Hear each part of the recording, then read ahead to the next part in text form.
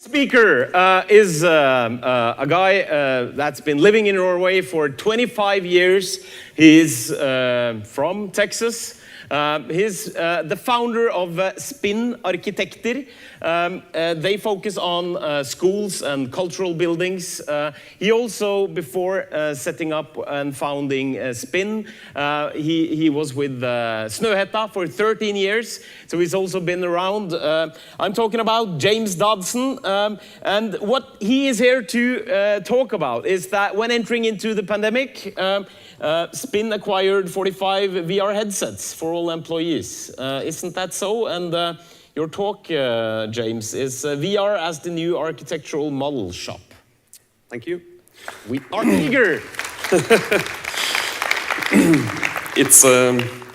It's a lot easier to feel cool talking about VR to architects because they don't know anything about VR. So I'm a little bit nervous talking to all of you today because most of you probably know more than I do. But I'll give it my best shot.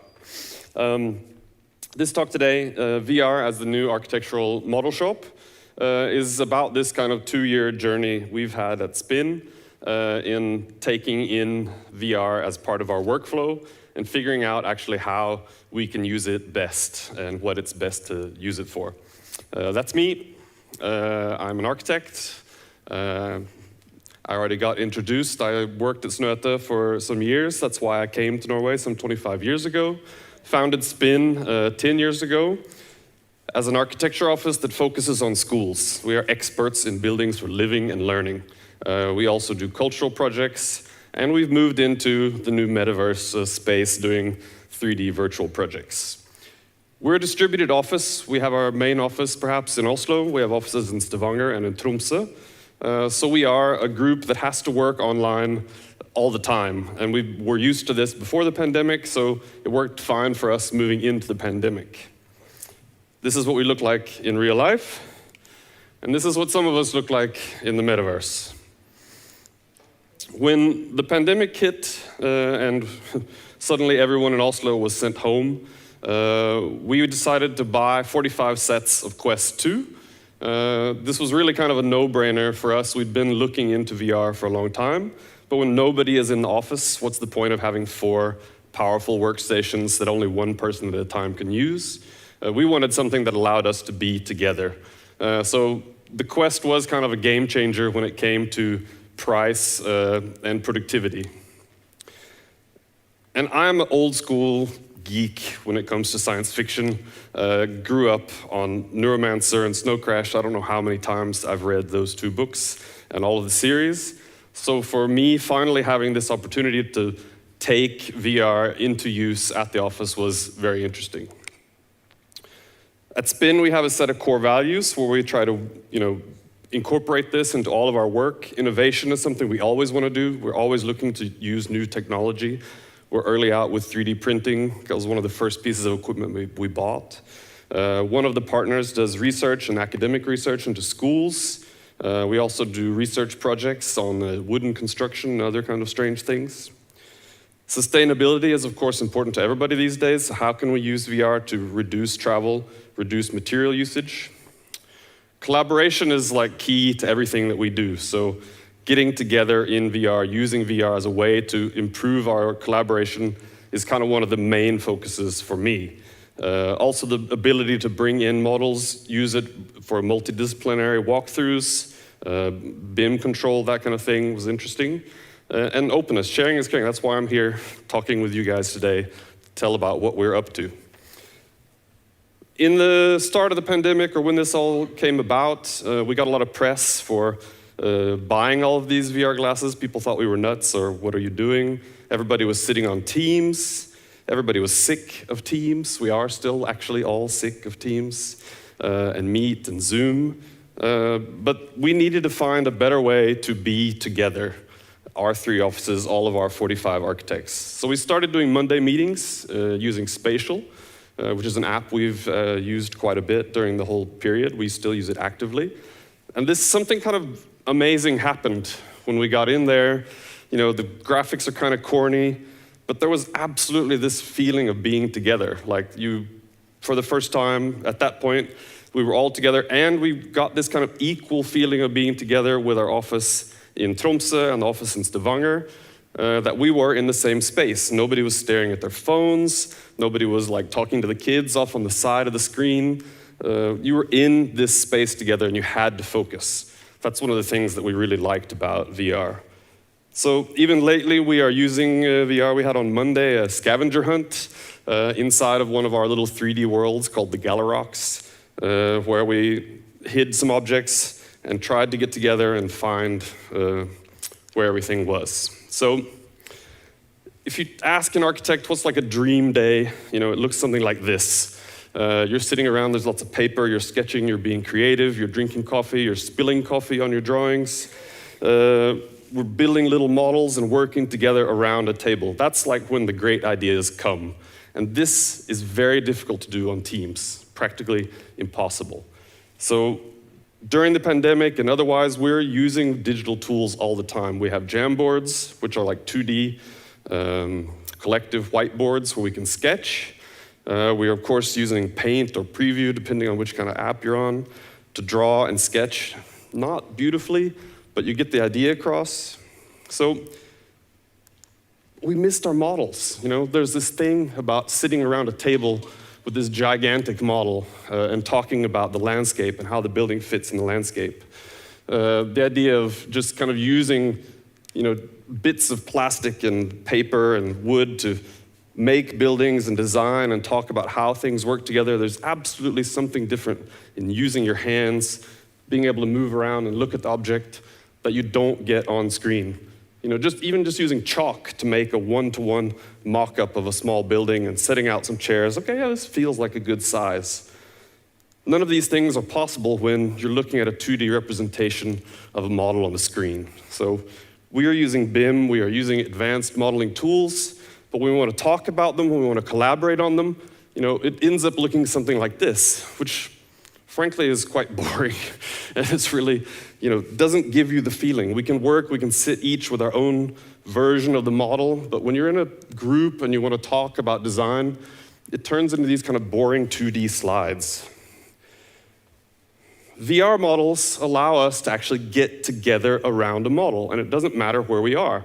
You're in there as an avatar, you have the model in front of you as a scale model, you can move around it, you can talk about it. It's a completely different feeling.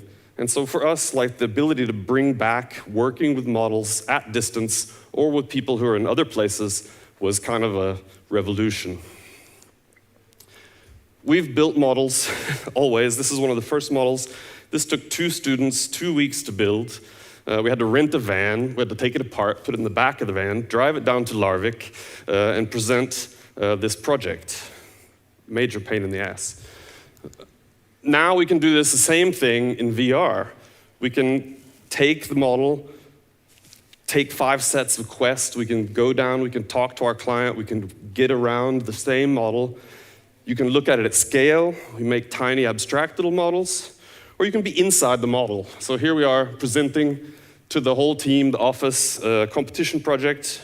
We're looking at the drawings inside the building itself. So after we've done presenting the project and looking at the drawings, then everybody can wander around and go into the rooms and talk about it. It's a whole new thing.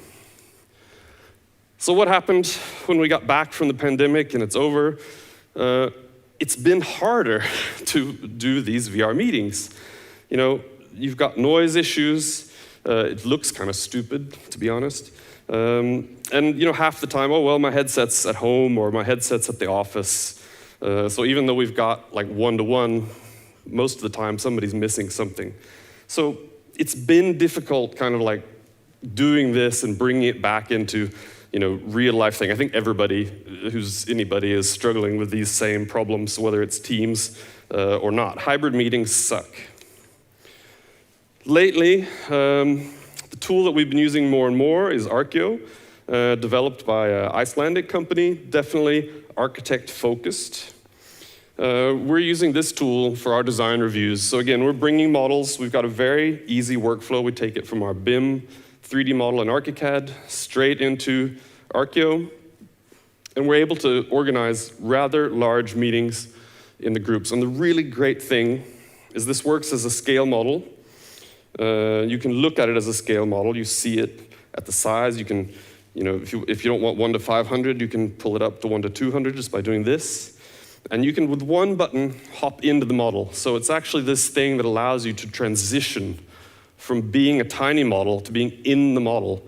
That's amazing for us. This allows us to talk about it at an abstract level, this big scale level where, okay, what does this volume look like to you? How does this fit into the site? So you can actually just jump straight in and start walking around. This is really mind-blowing for us architects, and it's something that we absolutely love. So moving forward, we see, and there's also some AR potential. This is taken using an iPad.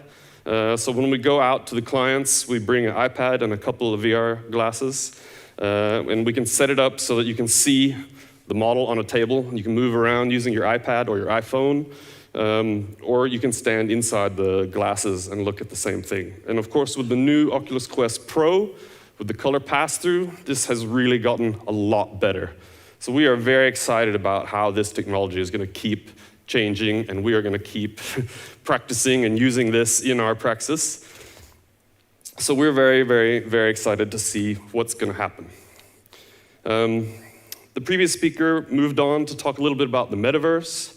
And the metaverse is obviously something that everybody is talking about, and VR is kind of a big part of the metaverse. What is it going to be? Nobody really knows the answer to that, of course, but we are looking forward to being able to make more projects that are a combination between real spaces and virtual spaces. Spin, we design schools and educational buildings, and we are looking at how we can bring our buildings into VR and out of VR and be able to interact with our clients and students in space. So, thank you for me. Is there any questions? Yep, hi. I'm wondering, in addition to the visualization of these buildings, are you also able to emulate what the acoustically will be like? Acoustics simulation in the buildings, I suppose it's possible. One of the nice things, for example, in spatial, is you have this kind of spatial audio where, unlike Teams, you can be a group of people, even 20 people, like the whole office. And if you move far enough away, you can only hear the people that are close to you. So instead of it being a one-to-one, one person speaking, 20 people watching kind of meeting like it is with Meet or with Teams, you can actually have 4 or 5 different conversations going in a space and then get back together. But that's not exactly doing what you're after, but surely that's going to be possible. Any other questions? I have 40 seconds left. It says 45 seconds and counting. So we have time for one question. Anyone? If not, no? No hands? No hands? So I have a question then. Sure. You have dived into this space when it comes to architectural development and the intersection with technology and XR. So do you find it really useful also when it comes to interacting with and collaborating with your customers? Do you get them into the space? I mean, we got the cleaning personnel into a VR model. We brought this really intricate model in, and we were going to have this discussion and show it to the users. And when she walked into the cleaning room, she was very disappointed that there weren't like all of the machines and things in there, that she couldn't see them. So we have a ways to go to make everybody understand like what level we're working at. But we have shown it to clients and walked them through their buildings. And I think that we hope to do that more and more. Okay, that's a walk and a talk I want to do and listen more of. So thank you. Thanks a lot.